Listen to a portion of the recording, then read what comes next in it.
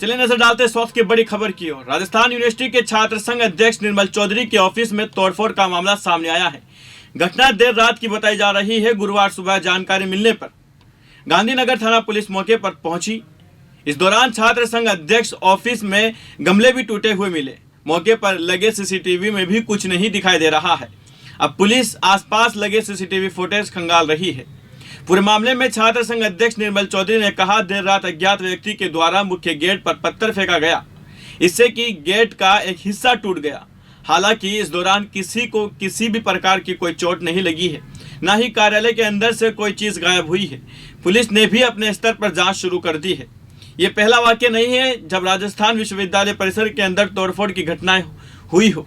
इससे पहले भी राजस्थान विश्वविद्यालय परिसर में स्थित हॉस्टल से लोहे की रॉड और गेट चोरी होने की रिपोर्ट भी दर्ज हुई है। एक बार तो हॉस्टल के छात्रों ने इस तरह की वारदात करने वाले युवक को पीछा करके उन्हें पुलिस के हवाले कर दिया था। जब राजस्थान यूनिवर्सिटी में छात्र संघ अध्यक्ष के कार्यालय में तोड़फोड़ की घटना बताती है कि यूनिवर्सिटी की सुरक्षा व्यवस्था लचर है। विश्वविद्यालय परिसर में तोड़फोड़ चोरी की घटनाएं आम हो चुकी है।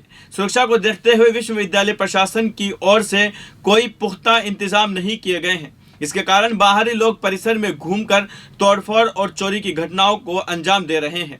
इस पर क्या कहना है आपका, हमें कमेंट सेक्शन में जरूर बताएं। तो फिलहाल किस खबर में बस इतना ही। देश और विदेश की तमाम बड़ी खबरें जानने के लिए देखते रहिए